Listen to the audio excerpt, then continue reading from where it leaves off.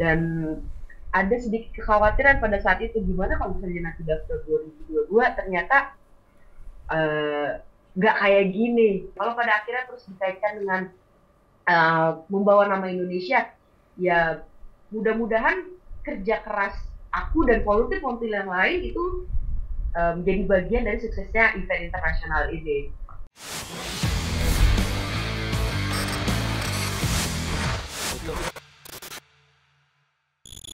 Dalam hitungan jam lagi, Piala Dunia akan mencapai garis final.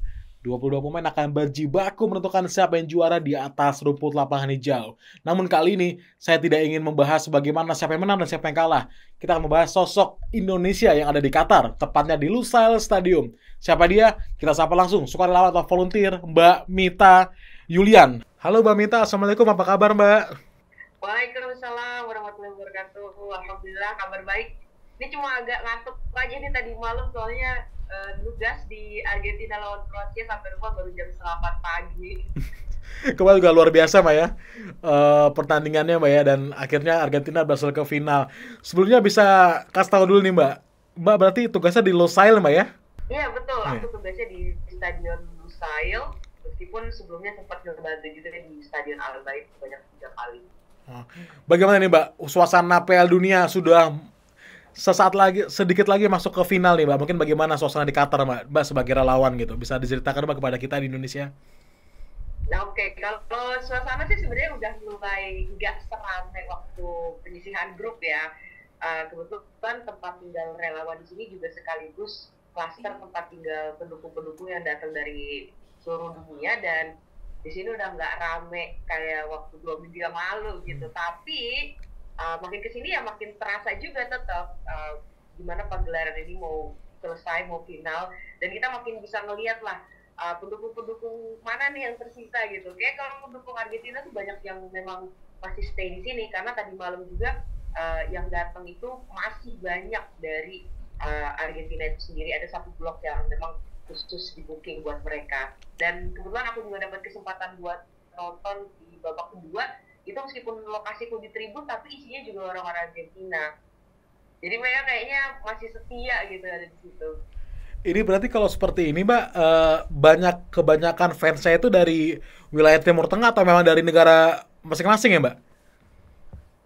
Oke, kalau sekarang sih ya mulai udah terbagi jadi 2 ya, karena di sini juga pendukung Messi itu luar biasa, dan karena mereka mendukung Messi, jadi mereka juga mendukung Argentina.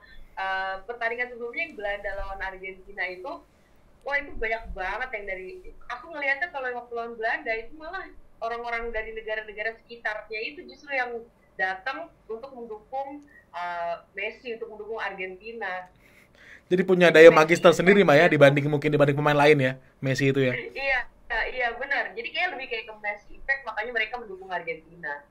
Nah, Mbak kan di Lusail nih Mbak, di Lusail itu kan ada pertandingan yang bersejarah kemarin tuh. Menarik lah, Argentina Belanda. Ya, bagaimana hasilnya, ada penalti dan juga mungkin banyak kartu kuning keluar, ada sedikit-sedikit ketegangan antar pemain. Mbak sebagai volunteer yang melihat langsung di stadion, bagaimana Mbak? Suasana kala itu Mbak? Nah, oke. Jadi sebenarnya karena tugasku itu sendiri kan di tiketing ya, dan itu nggak di dalam stadion, tapi aku sempat ada mencuri kesempatan untuk ada di dalam stadion untuk melihat jalannya pertandingan. Dan itu itu luar biasa banget. Menurutku mereka yang datang ke pertandingan Belanda lawan Argentina tuh beruntung banget, karena disuguhin pertandingan yang memang dari udah 2-0 tiba-tiba jadi 2-2, dan juga banyak banget kan, terutama waktu di extra time-nya itu kayak gregetan banget. Pasti pendukung Argentina tuh gregetan banget nontonnya, karena kayak hampir gol tapi terus akhirnya nggak gol. Kalau secara suasana waktu Netherlands lawan Argentina tuh jauh lebih menegangkan, bahkan ke penontonnya pun itu memang usaha benar-benar full capacity banget di hari itu. Beruntung banget mereka yang hari itu dapat tiket.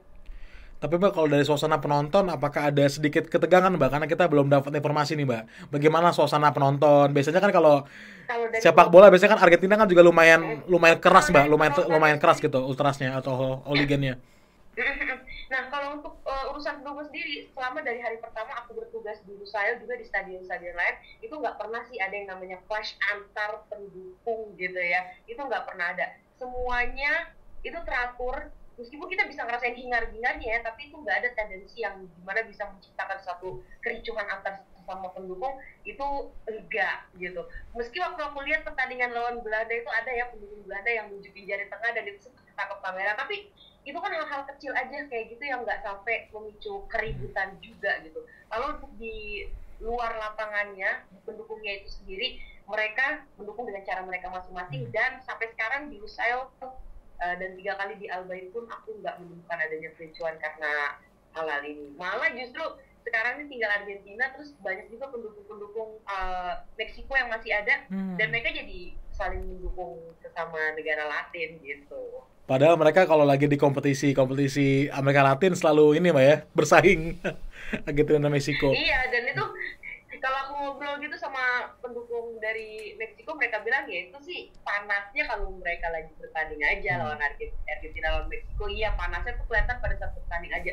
Tapi kalau misalnya di luar itu mereka mendukung satu sama lain. Kecuali mungkin Brazil kali ya. Kalau Brazil kayaknya nggak bisa kayaknya untuk mendukung Argentina, mereka pasti nggak di kelas. Mbak, kalau misalnya kita bicara tentang supporter kan pasti kan erat kaitannya dengan Mbak Mita nih. Mbak Mita kan juga tugasnya kan di tiketing dan juga berada pendengar penonton. Bisa jelasin Mbak bagaimana sih Mbak pekerjaan Mbak di Qatar? Mungkin bisa jelaskan kepada kita Indonesia nih. Flow-nya bagaimana seperti itu? Oke. Jadi ya bagianku benar memang di tiketing, tapi mungkin tidak seperti yang kebanyakan orang pikir ya. Jadi bagian tiketing itu kalau di Piala Dunia bukanlah bagian yang menjual tiket, tapi kita di sini berhadapan dengan masalah-masalah yang terjadi sama tiket. Jadi memang kita juga kaitannya langsung ke penonton ya, misalnya tiket itu nggak muncul di aplikasi, atau tiket yang nggak bisa di-scan, atau ada yang udah scan masuk terus dia keluar, dan itu kan sebenarnya nggak boleh masuk lagi kalau kita udah ada di dalam stadion. Atau mungkin juga tiket-tiket yang udah dikirim tapi nggak masuk ke aplikasi, atau tiket yang terindikasi itu adalah tiket yang sudah dipakai atau tiket palsu. Ya hal-hal seperti itu yang sebenarnya aku hadapi. Jadi pendukung-pendukung yang dihadapi juga jadinya beragam ya. Kalau misalnya urusannya cuma masalah tiket belum diaktifasi atau tiket nggak masuk ke dalam aplikasi, itu solusinya gampang, cepat. Nah, yang susah ini adalah kalau misalnya ternyata masalahnya itu berupa dia beli tiket dari seseorang, tapi seseorang ini ternyata sebenarnya udah masuk tiket buat masuk. Jadi kayak cuma kirim screenshotnya doang, sedangkan nggak bisa pakai screenshot, atau kirim cuma fotonya doang nggak bisa. Tapi karena mereka nggak ngerti, mereka ngotot merasa udah bayar, jadi ngotot kayak pokoknya harus bisa masuk gitu. Ini udah bayar mahal dan saya udah dapet tiketnya, udah dapet barcode-nya. Tapi nggak bisa begitu, barcode yang harus kita pakai itu kan yang di aplikasi gitu. Jadi ya kita menghadapi orang-orang yang mungkin belum paham dengan teknologi, dan main percaya aja sama orang gitu kan, dia main beli-beli aja. Ada juga malah yang paling sering sih, mereka tuh selalu yakin kita tuh punya tiket yang bisa dijual di stadion. Sedangkan kalau untuk Piala Dunia 2022, tiket hanya dijual lewat FIFA.com sekaligus lewat counter fisik yang ada di Qatar itu sendiri gitu. Jadi sering banget mereka kayak yang yakin kamu nggak jual tiket di sini, atau mungkin nanti babak kedua mungkin kalian akan buka pintu gerbang kali, jadi kita semua bisa masuk. Jadi kayak agak barbar tuh ada gitu yang kayak gitu. Kalau misalnya terkait juga ini Mbak, ada nggak sih Mbak mungkin penonton yang udah dari luar negeri datang ke Qatar tiba-tiba sampai sana nggak bisa dapat tiket Mbak? Ada nggak Mbak mungkin seperti itu? Itu banyak juga kok. Banyak. Jadi gini, sebenarnya mereka ketika udah datang ke sini otomatis emang pasti udah punya tiket ya, tapi kan mungkin mereka pengen nonton pertandingan berikutnya yang mana tiketnya tuh belum ada. Nah, banyak kok yang kayak gitu, yang datang ke stadion dengan harapan lagi-lagi kita menjual tiket di situ, atau ada juga yang gigih dia nungguin di tempat kita tiketing volunteer kerja dengan harapan ada yang datang dengan ekstra tiket, jadi dia bisa beli dari sesama pendukung. Itu ada juga yang sampai seniat itu. Tapi bakal ada nggak sih Mbak seperti itu Mbak? Memang sempat ada satu kasus kayak, bukan kasus sih jatuhnya, jadi itu sama-sama win-win solution ya. Jadi ada orang ini datang, dia punya tiket 4, tapi yang bisa datang cuma dia sama anaknya, yang 2 ini ada ekstra tiket. Kebetulan di situ berkeliaran juga mereka-mereka yang pengen nonton dan siap untuk membeli dari orang lain. ya udah akhirnya mereka melakukan transaksi dan mereka masuk bareng ke stadion. Kalau kayak gitu kan ya win-win solution ya, semuanya jadi senang. Tapi ya memang ada juga yang nggak seberuntung itu. Oke Mbak kita kalau mau sedikit flashback gitu ya. Eh, Bagaimana sih Mbak awalnya Mbak Mita bisa menjadi volunteer di Qatar? Dan tadi kan sempat ngobrol bahwa sebenarnya akomodasi dari Indonesia ke Qatar ditanggung sendiri ya Mbak oleh Mbak Mita ya sebenarnya ya. Mungkin apa nih Mbak yang latar belakangi Mbak Mita? Betul. Oke, berangkat ke Qatar gitu. Jadi sebenarnya sebelum Qatar itu aku udah berpartisipasi di Piala Konfederasi 2017 sama Piala Dunia 2018 di Rusia.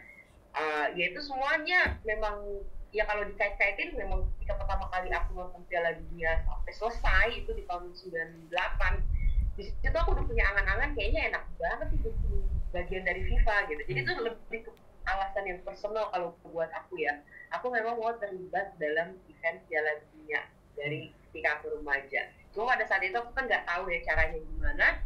Baru sampai akhirnya di 2016 itu aku membaca kesempatan untuk menjadi volunteer di Piala Dunia. Ya udah akhirnya daftar dan ternyata begitu akhirnya diterima dan udah melakukan kegiatan ini di sana, aku ngerasa kayak okay, this is something that I want. Ini emang hal yang aku pengen dan aku seneng banget ngelakuinnya. Makanya akhirnya pas di Qatar 2022 itu mencoba daftar lagi. Meskipun sebenarnya waktu itu aku daftar bukan karena ambisi pengen ikut ya.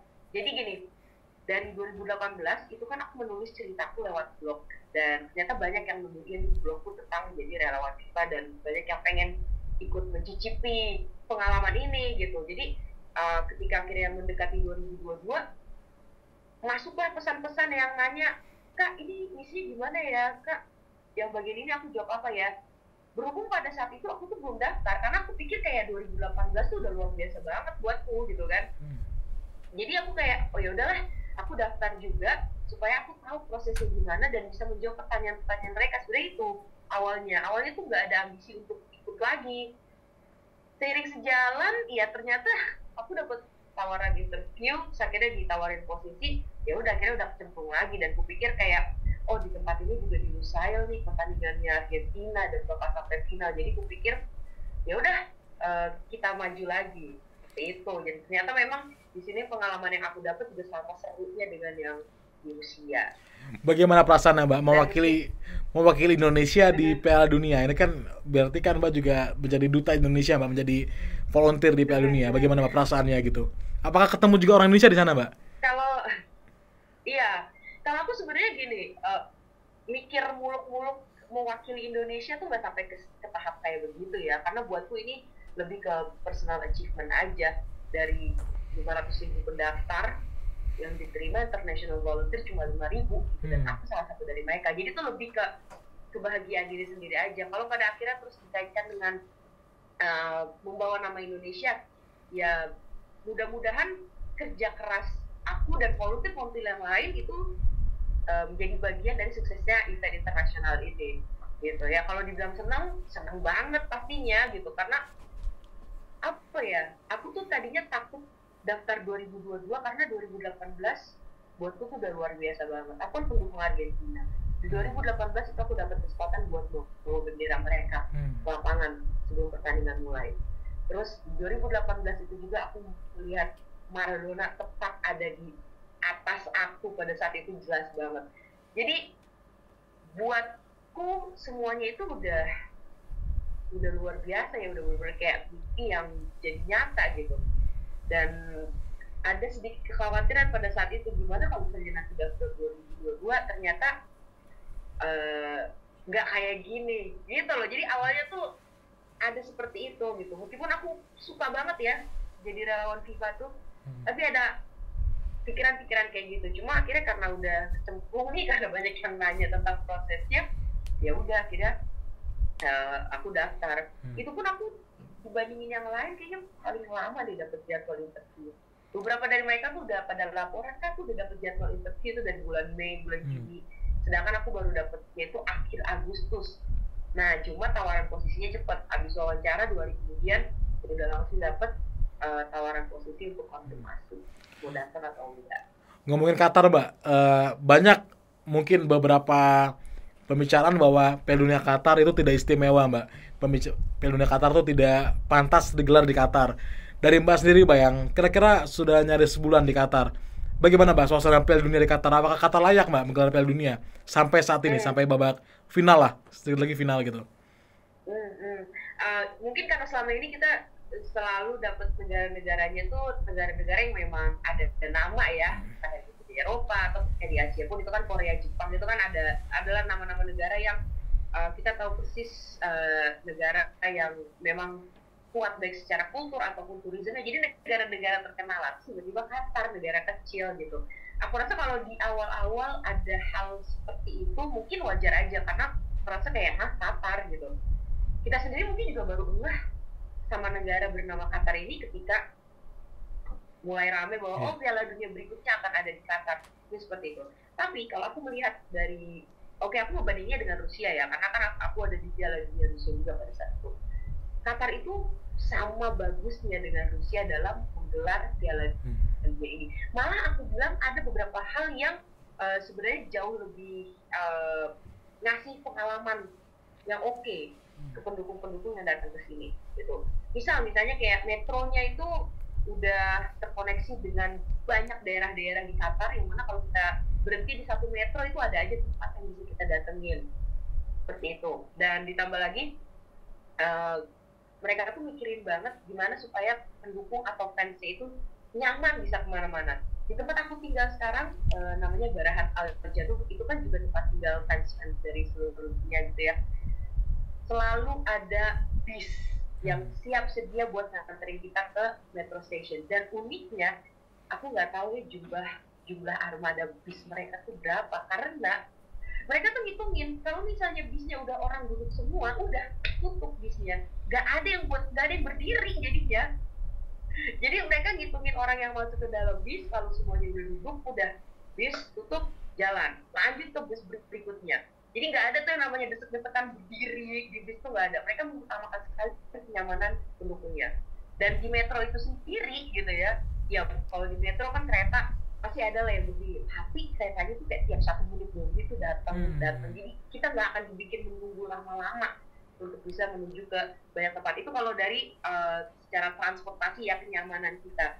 Dan mereka tuh juga punya banyak zona-zona di mana kita bisa nonton pertandingan lewat TV-TV yang besar dan dengan atraksi-atraksi yang memang rutin di setiap pertandingan tuh ada aja gitu loh. Qatar menyiapkan satu pertunjukan atau performance dari mana yang bikin pengalaman kita berada di Qatar itu jadi jauh luar biasa. Terus di stadionnya juga security-nya tuh banyak banget, dan Qatar benar-benar serius dengan yang namanya masalah keamanan. Ada security yang memang security berkuda tuh ada gitu loh, polisi di atas kuda yang dinas tuh ada. Di dalam stadion itu sendiri juga banyak banget, dan yang aku perhatiin kayaknya security-nya tuh gak ada yang bawa pistol gitu. Jadi di satu sisi mengutamakan keamanan, tapi tidak juga menunjukkan yang namanya senjata api dari security-nya. Kalau dari penduduknya, Mbak, kan banyak juga yang bilang Qatar itu bukan negara sepak bola, Mbak. Karena kalau kita flashback, Rusia selalu masuk Piala Dunia, Brazil, Jerman, sebelum-sebelumnya Korea, Jepang, Prancis. Sedangkan Qatar ini bukan negara sepak bola. Dari rakyatnya sendiri, Mbak, bagaimana, Mbak, menyambut sepak bola di Qatar? Oke. Nah itu dia, jadi meskipun kultur sepak bola di sini mungkin bahkan nggak seheboh kita di Indonesia juga ya, tapi di sini maksudnya di sini penduduknya itu juga mendukung banget pagelaran dari Piala Dunia ini sendiri. Jadi aku sempat ketemu sama satu keluarga di kereta pada saat itu, dan mereka cerita bahwa ternyata selama Piala Dunia sekolah itu diliburkan. Gitu. Jadi Qatar tuh mau memastikan bahwa semuanya termasuk keluarganya itu juga merasakan keriaan dari Piala Dunia itu sendiri gitu. Dan kantor-kantor juga diberi maklumat kalau misalnya mereka punya karyawan yang harus ikut volunteer, itu harus dikasih keringanan waktu kayak gitu. Luar biasa, Mbak, ya, beberapa kebijakan dari Qatar sendiri. Mbak, kalau misalnya pengen tahu nih, Mbak udah foto sama siapa aja, Mbak, pemain? Apakah sudah ada nih, Mbak, foto-foto colongan? Kalau foto, sebenarnya salah satu code of conduct jadi volunteer itu kita nggak boleh foto sama siapapun, meskipun dia ada di depan mata sekalipun. Itu nggak boleh. Itu sebenarnya adalah hal yang kita wajib ikuti gitu ya. Iya, Haram itu ya. Misalnya kita dapat kesempatan kayak iya sebenarnya kalau secara aturan tuh nggak boleh, tapi kalau misalnya kita dapat kesempatan ya udah rezeki. Cuma kalau kita ngomongin aturan tuh nggak boleh. Aku sendiri sejauh ini cuma fotonya sama David Beckham, itu pun juga cuma grup foto karena pada saat itu kebetulan lagi ada event dan aku diundang salah satu event tersebut. Ternyata eventnya itu adalah talk show dengan David Beckham, dan di situ kita ya sedikit tanya jawab dan akhirnya kita bisa foto bareng rame-rame karena MC-nya juga kayak yang gak membiarkan kita mendekati dia untuk kayak misalnya salaman atau ngajak ngobrol tuh agak ketat banget. Cuma waktu itu aku lagi beruntung aja sih karena pas aku foto kan aku pas di belakang dia, jadi begitu saya foto aku langsung ngajak salaman terus aku minta tanda tangan dia, tapi nggak sempat foto berdua juga. Mbak, momen apa nih Mbak, momen paling unik selama Mbak berada di Qatar yang bisa diceritakan kepada Indonesia nih Mbak? Oke, momen yang unik ya. Sebenarnya kalau kita ngomongin momen di setiap pertandingan, bahkan di setiap perjalanan menuju stadion itu selalu ada cerita. Jadi yang menyenangkan terlibat dalam event internasional seperti ini, apalagi jangka waktunya kan 1 bulan gitu ya. Kita berkesempatan untuk berinteraksi dengan orang-orang dari seluruh dunia, dan meskipun kita ketemunya cuma saat itu doang, cuma beberapa menit, tapi pasti akan selalu ada hal yang bisa kita petik dari obrolan itu gitu. Dan kalau ngomongin yang unik-unik, sebenarnya dari setiap pertandingan itu ada aja kejadian. Kayak contoh misalnya tadi malam gitu ya.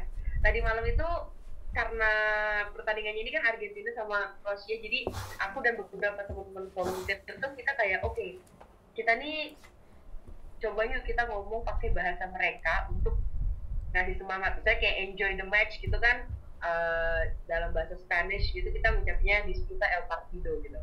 Jadi setiap ada pendukung yang mendekat kita kayak nyamperin gitu, kayak kita ucapkan kata-kata itu dengan bahasa mereka, dan mungkin mereka nggak menyangka itu akan keluar dari kita ya, muka-muka yang Asia dan Afrika ini gitu kan, atau muka Arab ternyata mau belajar sedikit frase tentang sedikit frase dari negara mereka. Jadi mereka kayak terkejut dan kayak senang banget gitu mendapatkan ucapan-ucapan sederhana.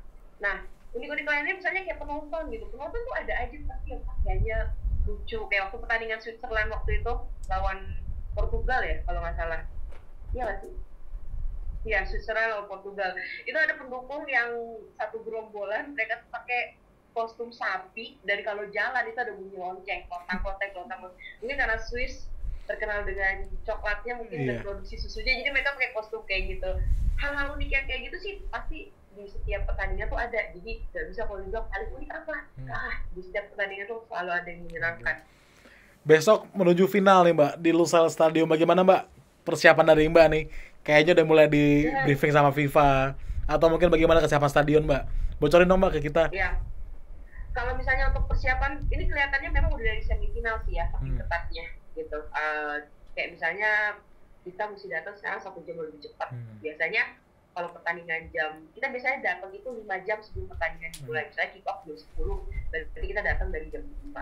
Tapi kemarin itu kita udah diminta datang dari jam 4. Dan pada saat kita antri mau masuk ke gate untuk para pegawai, itu aku bisa lihat jumlah dari security dan divisi-divisi lain yang bertambah, karena memang kita mempersiapkan banget itu. Pertama Lusail itu kan kapasitasnya lebih dari 80.000 ya, dan kalau pertandingan besar di sini kita mau memastikan bahwa semuanya itu terkendali gitu, dan kita memang benar-benar bisa ngasih experience yang lebih lagi menjelang final kayak gitu. Jadi kalau dari kita sendiri dipersiapkan sekarang udah bisa datang 1 jam lebih cepat, dan juga udah di briefing dengan hal-hal ya, kendala-kendala yang bakal harus kita antisipasi nantinya, supaya kalau misalnya ada masalah semua prosesnya bisa berjalan dengan cepat dan penonton nggak harus menunggu lama untuk bisa masuk ke stadion.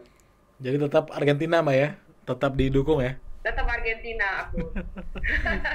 Mbak, terakhir Mbak, Indonesia akan menggelar World Cup di tahun depan Mbak ya, di level U20. Under 20. Dari Mbak sendiri bagaimana Mbak? Apakah siap nih Mbak bila dibutuhkan terlibat di U20, atau mungkin sudah akan terlibat di U20, atau mungkin apakah ada harapan Mbak buat Indonesia, karena Mbak udah 2 kali nih, Rusia, Qatar, dan juga bagaimana Mbak harapan untuk Indonesia? Hmm.